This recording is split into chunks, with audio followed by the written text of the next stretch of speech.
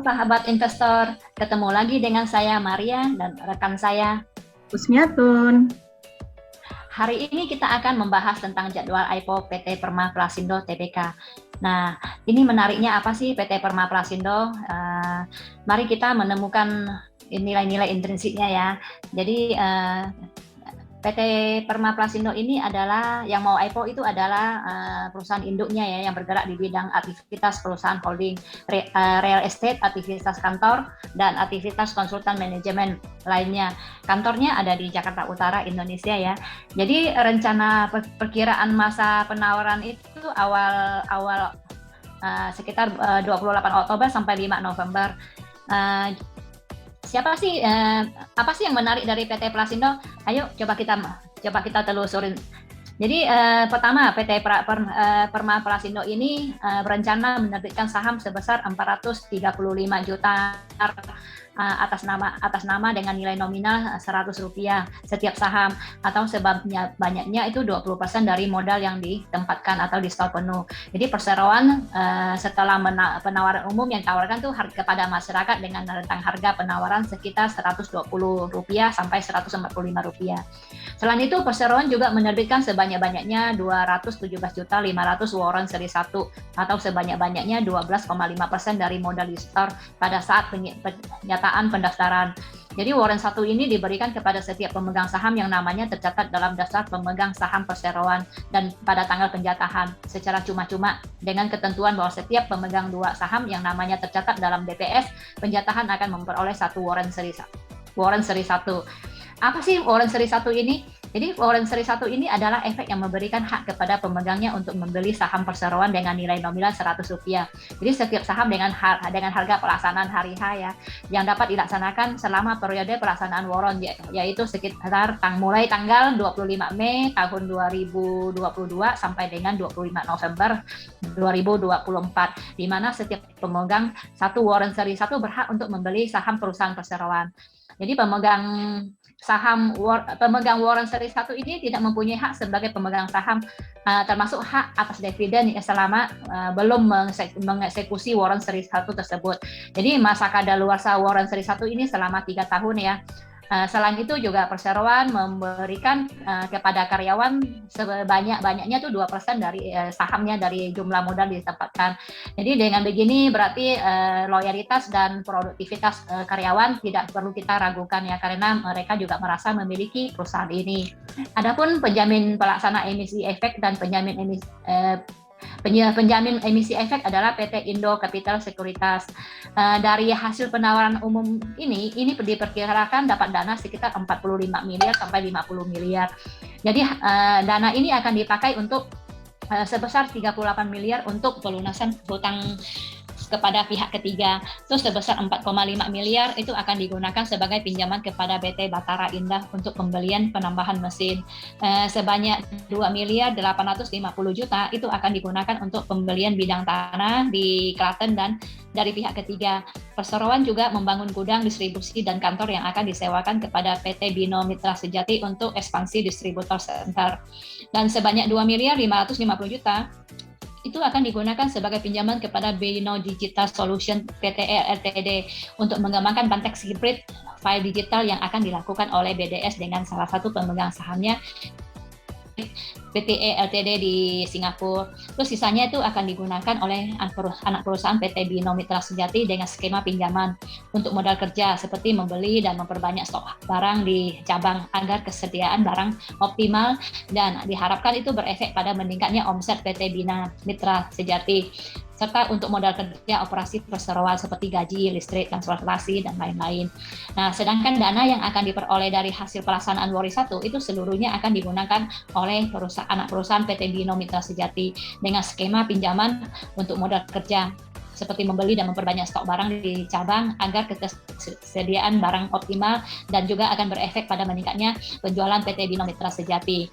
Namun Mbak Kus ya, saya setelah saya mempelajari rugi labanya, ternyata ini rugi labanya saya menjadi agak ragu ya. Coba kenapa, Bu? Coba kita di share screen tentang ini ya, tentang pendapatan neto ya. Kita lihat ya pendapatan netonya.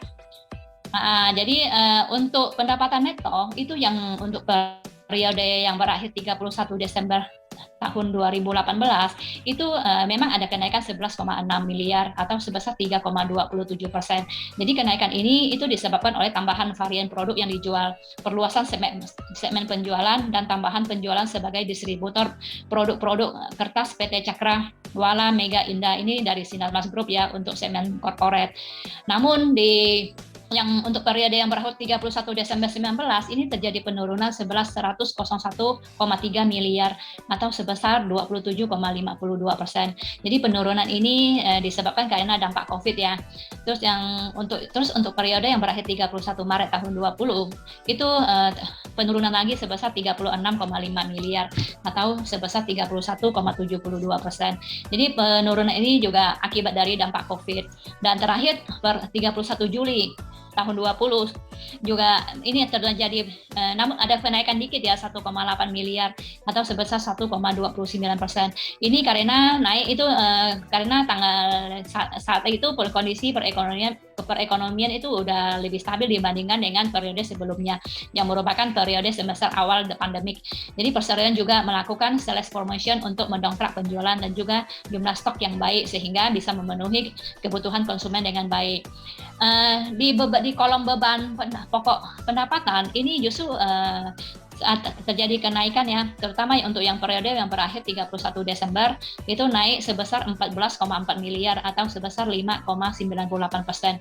Kenaikan ini itu disebabkan kenaiknya pendapatan neto selama tahun 2019 dibandingin dengan periode sebelumnya. Terus untuk periode yang berakhir tanggal 31 Desember tahun 19 itu ada penurunan sebesar 78,8 miliar atau sebesar 30,7%. Ini penurunan ini disebabkan oleh menurunnya pendapatan neto sekitar 30% juga. Yang untuk periode yang berakhir 31 Maret 20 itu penurunan lagi sebesar 23,6 miliar atau sebesar 28,51%. Penurunan ini disebabkan oleh penurunan pendapatan neto sebesar 31,72%. Dan yang terakhir itu periode 31 Juli tahun 2021 itu ada kenaikan 8,8 miliar itu untuk sebesar 9,08%. Jadi kenaikan ini disebabkan oleh kenaikan harga bahan baku dan kenaikan biaya pengiriman terutama impor. Ini juga karena sales promotion yang dilakukan untuk mendongkrak penjualan pada saat pandemi. Dengan begitu maka ini membuat laba sebelum pajak penghasilan ini juga ikut turun ya. Jadi untuk periode yang berakhir tanggal 31 Desember tahun 2018 itu turun sebesar 5,2 miliar atau sebesar 27,88%. Penurunan ini itu disebabkan oleh kenaikan beban pokok pendapatan.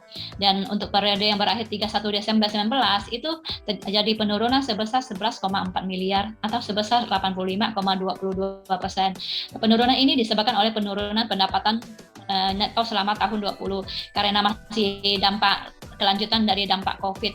Dan untuk periode yang berakhir 31 Maret 2020 itu juga menurun ya sebesar 9,6 miliar atau sebesar 84,6%. Ini sekali lagi masih disebabkan oleh turunnya pendapatan neto karena ini masih pandemik ya. Dan untuk periode yang berakhir 31 Juli 2020 itu juga ada penurunan sebesar 7,5 miliar atau sebesar 520%. Jadi penurunan ini disebabkan karena naiknya harga pokok penjualan pada periode tersebut. Jadi kenaikan HPP ini disebabkan karena kenaikan harga bahan baku, kenaikan biaya pengiriman terutama impor dan juga ada sales promotion untuk mendongkrak penjualan. Nah, total untuk ini semua membuat rugi laba neto di tahun berjalan itu juga ikut tergerus. Jadi terutama untuk yang kita mulai dari yang periode 31 Desember tahun 19 ini juga ada penurunan sebesar 2,2 miliar atau turun sebesar 17,6%. Ini penurunan ini disebabkan karena naiknya beban umum dan administrasi. Terus untuk periode yang 31 Desember 20 itu juga ada penurunan sebesar 13,1 miliar atau sebesar 125%. Penurunan ini disebabkan oleh penurunnya pendapatan neto selama periode berjalan. Jadi untuk yang periode yang berakhir 31 Maret 20 turun lagi ya 9,5 miliar atau sebesar 90,15%. Penurunan ini sekali lagi sama disebabkan oleh menurunnya pendapatan neto periode yang berjalan. Dan yang untuk periode yang tanggal 31 Juli 21 ini juga terjadi penurunan lagi sebesar 7,4 miliar atau sebesar 508% ya. Ini juga penurunan ini terutama disebabkan oleh naiknya bahan baku pada periode yang berjalan. Jadi menyebabkan laba bruto turun dan pada akhirnya menyebabkan penurunan laba neto juga. Nah, secara keseluruhan rugi laba keseluruhan untuk tahun berjalan itu juga untuk periode yang berakhir 31 Desember 19 itu menurun 5,8 miliar atau sebesar 39,06%. Ini penurunan ini disebabkan oleh kenaikan beban umum dan administrasi serta pengukuran kembali imbalan kerja tahun 2019. Dan untuk periode 31 Desember 20 ini juga masih menurun ya 3,4 miliar atau sebesar 34,6%. Jadi ini penurunan ini terutama disebabkan oleh menurunnya pendapatan neto selama periode berjalan. Dan untuk periode 31 Maret 20 ini juga masih menurun 5,9 miliar sebesar 60,91%. Jadi penurunan ini juga disebabkan oleh menurunnya pendapatan neto. Jadi sehingga laba juga ikut turun. Untuk periode yang berakhir 31 Juli 21 ini juga tetap masih turun sebesar 3,9 miliar atau sebesar minus 92,45%. Penurunan ini terutama disebabkan oleh pengukuran kembali imbalan jangka panjang. Nih Bagus, jadi saya bingung dan ragu dengan laporan rugi laba ini. Apakah ini masih menarik ya, Bagus? Menurut Bagus ini neracanya gimana nih, Bagus? Oke Ibu, sebagai orang awam ya Bu ya kita ya, yang memang saya sendiri juga mengenai saham ini kurang begitu mengerti. Tapi sepertinya kita harus baca lagi ya Bu mengenai likuiditas istilahnya aset mereka, kemudian liabilitas mereka dan ekuitas mereka. Coba kita lihat selanjutnya Bu.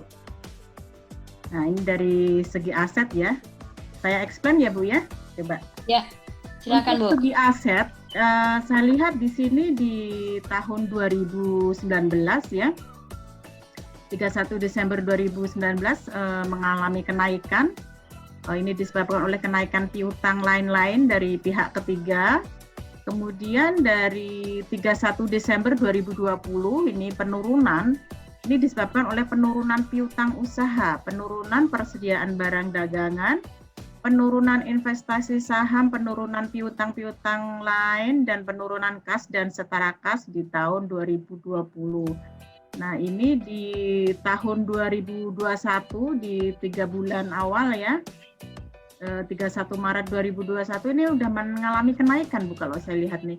Kenaikan ini disebabkan oleh pembelian aset. Oh yang tadi Ibu explain ya, ada pembelian aset tanah bangunan ya di kantor Kelapa Gading, Jakarta, Denpasar, Bali, dan Benowo, Gresik, Jawa Timur ya. Berarti dibelinya di awal-awal 2021 ya kalau dilihat ini. Kemudian di 31 Juli 2021, 7 bulan di awal ya, ini juga mengalami kenaikan untuk aset sendiri disebabkan oleh kenaikan piutang kepada pihak ketiga, biaya dibayar di muka, dan uang muka pembelian. Dari segi aset memang di 2021 ini mulai bagus Bu, kalau saya lihat ya. Coba kita lihat dari segi liabilitasnya. Liabilitas di 31 Desember 2019 ini mengalami penurunan nih, disebabkan oleh penurunan utang bank di tahun 2019. Oke, ada utang bank. Kemudian di 31 Desember 2020 ini juga mengalami penurunan untuk liabilitasnya. Penurunan ini disebabkan oleh penurunan utang usaha pihak ketiga dan penurunan utang bank di tahun 2020 ya. Kemudian di 3 bulan awal tahun 2021 ini juga untuk liabilitas mengalami penurunan disebabkan oleh penurunan utang kepada pemegang saham yang dikonversi menjadi modal. Kemudian di 7 bulan di awal tahun 2021 ini mengalami kenaikan. Ini disebabkan oleh peningkatan penggunaan plafon pinjaman bank ya. Ini dari segi liabilitas. Coba kita lihat dari segi ekuitas. Dari segi ekuitas di tahun 2019 akhir kita lihat ada kenaikan. Di sini disebabkan oleh kenaikan saldo laba tahun 2019. Oke, kenaikan ya. Kemudian di 31 Desember 2020 dari segi ekuitasnya kita lihat mengalami penurunan ini. Kenapa ini? Disebabkan oleh penurunan laba tahun 2020 karena penurunan pendapatan. Oh, 2020 ya, Bu. Oke. Ini karena dampak COVID ya, Bu ya. Betul. Iya. Ekuitasnya menurun ini. Betul. Kemudian di periode 3 bulan yang berakhir 31 Maret 2021 ini kenaikan lagi disebabkan tambahan modal dan konversi hutang pemegang saham. Di 7 bulan awal tahun 2021 ini mengalami penurunan dikarenakan oleh pembayaran kurang bayar pajak badan. PPh badan tahun 2020 yang dibayarkan di April 2021 ya. Ini memang pajak badan ya harus dibayar di awal tahun 2021. Oke. Untuk segi ekuitas, coba kita lihat lagi dari segi aset lancar. Aset lancar di sini di 31 Desember 2019 mengalami penurunan, Bu. Ini penurunan disebabkan oleh penurunan piutang usaha pihak ketiga dan persediaan di tahun 2019 dibanding tahun 2018. Kemudian di 31 Desember 2020 ini juga mengalami penurunan dari segi aset lancar. Kalau dilihat ini disebabkan oleh penurunan piutang usaha karena pembayaran piutang usaha pihak ketiga dan penurunan persediaan sesuai omset selama tahun 2020. Coba kita lihat di tahun 2021 awal ya, triwulan pertama kita lihat mengalami kenaikan ini, Bu. Kalau dari segi aset lancar ini disebabkan oleh kenaikan piutang. Sudah mulai membaik ya, Bu, kalau dilihat ya di tahun 2021 nih, dan beban dibayar di muka. Jadi untuk segi piutang sudah mengalami kenaikan. Kemudian di 7 bulan di tahun 2021 ya, berakhir 31 Juli, kita lihat juga mengalami kenaikan, disebabkan oleh kenaikan piutang juga. Ini juga sudah mulai, berarti mungkin sudah mulai menggeliat ya, Bu ya, untuk pemasukan ya, income ya, biaya bayar di muka dan uang muka pembelian. Ini dari segi aset lancar di tahun 2021 sudah mulai kelihatan bagus juga, Bu. Coba kalau aset tidak lancar kita baca lagi di 31 Desember 2019. Ini ada mengalami kenaikan disebabkan oleh kenaikan aset pajak tangguhan di tahun 2019. Kemudian di tahun 2020 akhir mengalami penurunan, Ibu, disebabkan oleh penurunan investasi saham di salah satu anak perusahaan. Kemudian di 31 Maret 2021, kenaikan ini disebabkan oleh pembelian aset berupa tanah. Yang tadi ya, Bu ya, tanah dan ini di Kelapa Gading, kemudian di Denpasar, kemudian Benowo. Ini bukan aset tidak lancar ya, ini di awal tahun 2021. Kemudian di 7 bulan di akhir 31 Juli 2021, ini mengalami kenaikan disebabkan oleh kenaikan uang muka pembelian aset tetap. Oke, berarti tahun 2021 sudah mulai ada invest ya, Bu ya.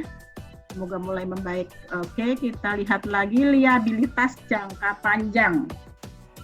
Otomatis pengaruh ke liabilitas ya, Bu ya, di sini. Oke, di tahun 2019 kita lihat ada penurunan. Ini disebabkan oleh penurunan utang lain-lain. Kemudian di 31 Desember 2020 ini mengalami penurunan disebabkan oleh penurunan utang bank dan utang usaha. Kemudian di 3 bulan di triwulan pertama 31 Maret 2021 ini mengalami kenaikan disebabkan oleh kenaikan utang usaha, kenaikan utang lain-lain, dan kenaikan utang ke pemegang saham. Kemudian di 31 Juli 2021 ya, 7 bulan awal tahun 2021, ini mengalami peningkatan, Ibu, disebabkan oleh penggunaan plafon pinjaman bank. Ya, ini dari sisi liabilitas jangka pendeknya. Jadi mengalami penurunan dan di 2021 ada sedikit kenaikan. Oke, coba kita lihat lagi untuk liabilitas jangka panjangnya ya. Tadi sudah yang pendek, ini sekarang yang panjang. Di akhir tahun 2019, yaitu 31 Desember, kita lihat mengalami penurunan. Disebabkan oleh pelunasan utang bank ya. Jadi di akhir 2019 sudah hutang-hutang bank sudah mulai lunas. Ini di 2020 juga penurunan karena hutang bank juga sudah mulai lunas. Jadi 2019, 2020 hutang-hutang sudah mengalami penurunan ya, udah lunas ya. Kemudian di 31 Maret 2021 ini juga mengalami penurunan disebabkan oleh penurunan hutang ke pemegang saham yang dikonversi menjadi modal. Selanjutnya di 7 bulan yang berakhir 31 Juli 2021 ini mengalami penurunan disebabkan adanya selisih kurs. Ini untuk segi liabilitas jangka panjangnya. Kemudian kita lihat dari posisi keuangan ya Bu ya. Kalau kita lihat dari posisi keuangan konsolidasi, di sini kita lihat untuk total aset. Total aset antara 2018, 19, 2020, triwulan pertama 2021 dan 31 Juli 2021. Nah, di 2018 di sini di nominal 423 sekian. Kemudian di 2019 juga sekitar 400 sekian. Nah, ini di 2020 memang aset mengalami penurunan ya. Mungkin ya masih tadi yang akibat dampak COVID tadi, jadi aset di tahun 2020 mengalami penurunan. Kemudian di triwulan pertama sudah mulai merangkak naik ini Bu kalau kita lihat. Kemudian di Juli juga sudah mulai merangkak naik. Mudah-mudahan di akhir Desember sudah bisa mencapai target ya. Sudah mulai ada perbaikan itu untuk segi asetnya. Kemudian kita lihat dari segi ekuitas. Dari segi ekuitas di sini kita lihat juga ada perbedaan memang di 2020 ya Bu ya di sini. Tapi dari 2021 ini sudah mulai merangkak naik juga. Ini dari sesi ekuitasnya. Kemudian untuk liabilitas. Nah, liabilitas di sini kalau kita lihat liabilitasnya, total liabilitas di sini posisi di 2018 adalah 214 sekian, di 2019 207 sekian. Nah, ini di 2020 untuk liabilitas memang mengalami penurunan ya, karena semua juga mengalami penurunan di tahun 2020 ini akibat dampak COVID, memang terasa sekali semua perseroan ya. Kemudian di 2021 sudah mulai merangkak naik ini nominalnya ya. Ini dari sisi liabilitas. Nah, untuk selanjutnya Ibu, ini dari sisi arus kas saya juga pengen tahu ya gimana kondisinya ya. Coba Ibu bisa explain Bu mengenai laporan arus kas ini Bu. Iya Mbak, kalau dalam sisi arus kas ya, ini juga terjadi banyak penurunan ya, seperti laporan arus kas dari aktivitas operasi. Jadi ini untuk yang berakhir, untuk yang periode berakhir 31 Desember 18 itu masih ada kenaikan 21,4 miliar atau sebesar 117% ya. Jadi kenaikan ini disebabkan oleh kenaikan pendapatan neto selama periode berjalan. Namun pada tanggal 30 periode yang berakhir 31 Desember 19 ini ada penurunan sebesar 3,7 miliar atau sebesar 8,72%. Nah, penurunan ini itu disebabkan oleh penurunan pendapatan neto selama periode berjalan, dan untuk periode 31 Maret itu terjadi penurunan lagi sebesar 4,7 miliar atau sebesar 27,08%. Jadi penurunan ini juga masih disebabkan oleh penurunan pendapatan neto selama periode berjalan ya. Dan terakhir periode 31 Juli itu terjadi penurunan lagi 10 miliar atau sebesar 687%. Ini penurunan ini itu disebabkan adanya kenaikan pembayaran kepada pemasok. Dan kita lihat lagi posisi arus kas dari aktivitas investasi untuk periode 31 Desember 18 itu ada kenaikan 5,6 miliar atau sebesar 18,17%. Kenaikan ini itu disebabkan oleh ada kenaikan pendapatan neto selama periode berjalan. Dan untuk periode 31 Desember 19 itu terjadi kenaikan lagi sebesar 34,1 miliar atau sebesar 133,91%. Kenaikan ini juga disebabkan oleh penempatan investasi di anak perusahaan dan penerimaan pelunasan piutang lain-lain. Dan untuk periode 31 Maret tahun 20 itu menjadi 43,9 miliar atau turunnya itu sebesar 237%. Penurunan itu disebabkan oleh penurunnya pendapatan neto dalam periode berjalan. Dan yang terakhir periode 31 Juli tahun 21 itu penurunannya sebesar 57,9% atau sebesar minus 131,82%. Jadi penurunan ini juga disebabkan kenaikan arus kas untuk memperoleh properti. Ternyata untuk beli properti ya untuk yang tanggal 31 Juli 21 ini. Dan coba kita lihat arus kas dari aktivitas pendanaan. Nah, pendanaan untuk periode yang berakhir 31 Desember tahun 18 itu terjadi penurunan sebesar 22,3 miliar atau sebesar 156,59%.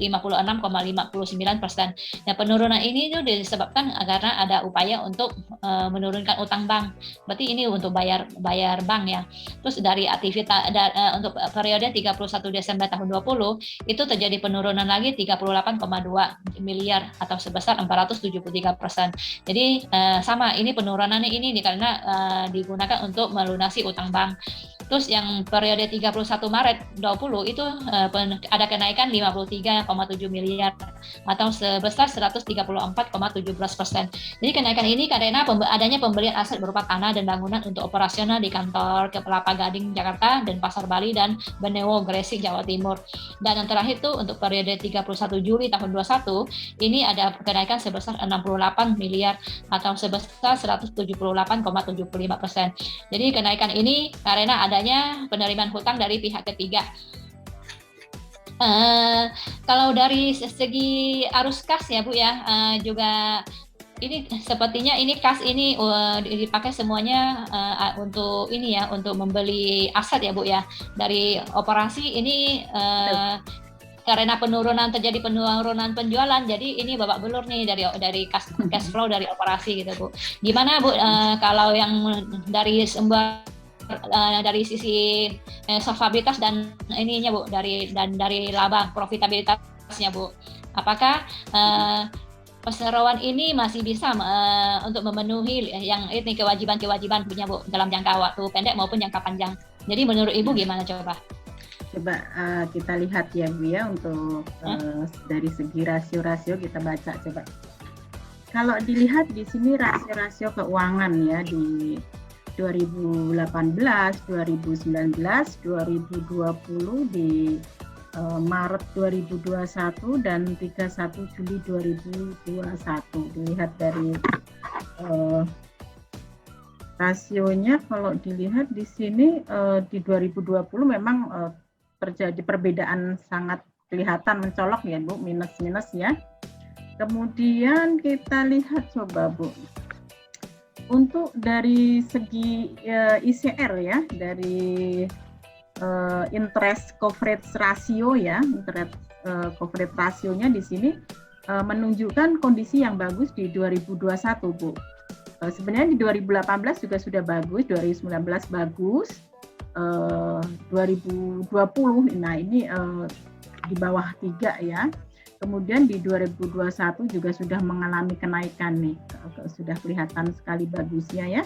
Karena memang untuk nilai ICR itu lebih besar dari 3 itu adalah kondisi yang sangat baik. Berarti si Persero ini mempunyai kemampuan untuk membayar beban bunga ya Bu ya, untuk nilai ICR. Coba kita lihat dari nilai DSCR atau Debt Service Coverage Ratio ya. Di sini di 2018 0,5, 2019 0,4, kemudian 0,5, 0,3 dan 0,4. Mudah-mudahan di akhir 2021 ini posisinya bisa di atas 1 gitu.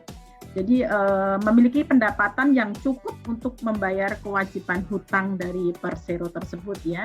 Ini dari sisi ICR dan ISCR. Kemudian coba kita lihat lagi. Dari sisi likuiditas dan sumber pendanaan, coba kita baca. Kebutuhan likuiditas utama perseroan dan entitas anaknya adalah untuk modal kerja terkait usaha peralatan kantor. Untuk periode 3 bulan yang berakhir pada tanggal 31 Maret 2021 dan tahun-tahun yang berakhir pada tanggal 31 Desember 2020, 2019, dan 2018, perseroan dan entitas anaknya telah membiayai persyaratan likuiditasnya terutama melalui dana internal perseroan. Nah, perseroan ini memperkirakan kebutuhan modal kerjanya akan terus didanai oleh berbagai sumber pendanaan termasuk pendanaan dari bank dan atau lembaga keuangan pihak ketiga. Nah, pada tanggal 31 Maret 2021, perseroan memiliki kas dan setara kas sebesar 11 M. Pada tanggal 31 Maret 2021, terdapat sumber likuiditas yang material yang belum digunakan yaitu piutang usaha sebesar 37 miliar. Mudah-mudahan ini piutang yang bagus ya Bu ya. Kemudian coba kita lihat lagi dengan memperhatikan estimasi penerimaan bersih dari penawaran umum, perseroan memperkirakan akan mendapatkan sumber yang cukup untuk memenuhi kebutuhan modal kerja. Perseroan berkeyakinan bahwa arus kas dari kegiatan operasional meningkat sejalan dengan peningkatan pendapatan dan laba perseroan, sehingga dapat mencukupi kebutuhan modal kerja perseroan tanpa penerimaan dari penawaran umum. Nah, ketidakmampuan perseroan untuk mendapatkan modal kerja yang cukup dapat mempengaruhi rencana pengembangan usaha jaringan entitas anak, yaitu penambahan area distribusi dalam menjalankan operasional bisnis entitas anak. Jika nantinya perseroan ini menilai bahwa modal kerja tidak mencukupi, maka perseroan akan mencari modal tambahan dalam bentuk pinjaman bank. Nah, ini analisis dari solvabilitas aset, solvabilitas ekuitas ya, rasio utang terhadap aset, rasio utang terhadap ekuitas, kemudian margin labanya, margin laba bersih atau profitabilitasnya. Coba kita lihat explain-nya untuk solvabilitas. Nah, dari solvabilitas sendiri, solvabilitas perseroan merupakan kemampuan perseroan dalam memenuhi liabilitas yang tercermin dari perbandingan antara jumlah liabilitas dengan aset. Pada tanggal 31 Juli 2021 tidak diaudit, 31 Maret 2021 dan 31 Desember 2020, 2019 dan 2018 masing-masing adalah 0,33, 0,28, 0,42, 0,49 dan 0,51. Berdasarkan rasio solvabilitas tersebut terlihat bahwa jumlah kewajiban perseroan lebih kecil dibandingkan dengan jumlah aset. Perbandingan antara jumlah liabilitas dengan ekuitas pada 31 Juli 2021 tidak diaudit, 31 Maret 2021 dan 31 Desember 2020, 2019 dan 2018 masing-masing adalah sebesar 0,50, 0,39, 0,74, 0,95 dan 1,03. Berdasarkan rasio solvabilitas di atas terlihat bahwa perseroan untuk menjalankan operasionalnya selain menggunakan modal sendiri juga didanai oleh pinjaman. Jadi solvabilitasnya ya untuk perseroan ini. Nah, ini sebentar. Kemudian untuk segi profitabilitas. Profitabilitas antara lain diukur dengan rasio-rasio margin laba bersih, imbal hasil aset dan imbal hasil ekuitas. Rasio ini menggambarkan kemampuan perseroan untuk mendapatkan keuntungan pada suatu masa tertentu. Yang pertama adalah margin laba bersih. Margin laba bersih ini adalah rasio dari laba bersih terhadap pendapatan neto perseroan. Margin laba bersih perseroan untuk periode tahun yang berakhir 31 Juli 2021 tidak diaudit, 31 Maret 2021 dan 31 Desember 2020, 2019, 2018 masing-masing adalah 1,04, 1,32 minus 1,01%. Nah ini di 2020 ya Bu, minus yang untuk margin laba bersihnya. Kemudian 2,84% dan 3,56%.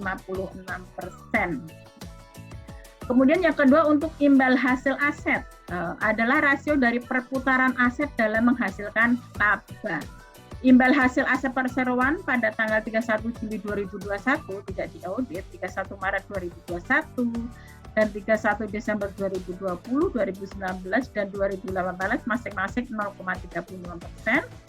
0,27%, minus 0,73%, 2,46% dan 3%. Yang ketiga adalah imbal hasil ekuitas, adalah rasio dari laba bersih terhadap ekuitas. Imbal hasil ekuitas perseroan pada 31 Juli 2021 tidak diaudit, 31 Maret 2021 dan 31 Desember 2020, 2019 dan 2018 masing-masing adalah 0,53%, 0,33%, minus 0,28% ini di 2020, kemudian 4,80% dan 6,09%. Selanjutnya kesimpulannya nih Bu Maria, dari hasil laporan laba rugi memang arus kas tertekan ya Bu untuk saat ini, tapi neraca dalam posisi bagus ya kalau dilihat. Kemudian investasi yang cocok untuk masa mungkin sudah pandemi ya Bu ya, memang kalau masa pandemi itu mau invest juga tarik ulur sepertinya kita juga ya. Tapi mudah-mudahan keadaan semakin membaik ya, mudah-mudahan perseroan ini juga sudah mulai mengalami peningkatan kelihatannya, sudah mulai menggeliat ya. Untuk yang ketiga kita akan mendapatkan waran setiap 2 saham yang kita beli ini Bu. Ini juga wah sepertinya manis juga nih Bu. Dari waran ini kita sudah mendapatkan keuntungan 50% jika kita eksekusi ya waran kita dalam kurun waktu 3 tahun.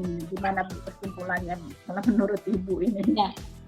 Ya, jadi juga ini PT Perma Plasindo ini kan berdiri sejak tahun 1992 ya. Jadi saat ini tuh umurnya hampir 30 tahun. Jadi selama 30 tahun ini tentu jaringan-jaringan yang sudah terbentuk itu sudah tertanam erat gitu loh Bu. Jadi untuk pesaing-pesaing yang baru masuk ke pasar ini itu agak sulit untuk menyaingin PT Perma Plasindo ini. Jadi selain itu juga PT Perma Plasindo ini yang IPO kan induk perusahaan. Jadi induk perusahaan ini kan mempunyai beberapa anak perusahaan yang berada di industri yang berbeda-beda ya. Jadi secara otomatis kalau kita investasi di PT Perma Plasindo itu investasi kita sudah terdiversifikasi secara baik. Dan juga sekarang saat ini kan ada stimulasi pemerintah di bidang perpajakan, bantuan tunai langsung ke masyarakat yang akhirnya itu akan meningkatkan daya beli masyarakat. Jadi dengan meningkatnya daya beli masyarakat itu diharapkan mulai menggerakkan perekonomian sehingga meningkatkan penjualan yang pada akhirnya itu akan meningkatkan laba perusahaan maupun nilai perusahaan. Ternyata Mbak, setelah kita telusuri nilai-nilai intrinsiknya, ternyata PT Perma Plasindo ini masih cukup menarik untuk dilirik ya. Jadi menurut Mbak Kus ini gimana ini? Tertarik nggak dengan penawaran ini? Ya, untuk kesimpulannya mungkin teman-teman juga sedikit melirik ya Bu ya, tapi kita serahkan aja ke pribadi masing-masing ya Bu ya. Untuk mau ambil saham di sini atau tidak ya kita ikutin, coba kita lihat nanti ke depannya Bu. Oh, kita sambil tunggu ya Mbak ya berarti ya. Oke Mbak, jadi saya rasa cukup sampai di sini ya analisa kita tentang PT Perma Plasindo ini. Jadi kalau sahabat investor merasa konten ini berguna bermanfaat, silakan subscribe, like dan komen and share ya, konten kita. Ya, oke.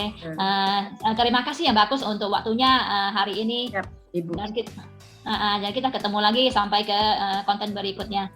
Betul. Bye-bye. Terima kasih juga ya Bu Maria ya. Ya, makasih sama-sama Mbak. Ya, makasih Mbak. Terima kasih ya.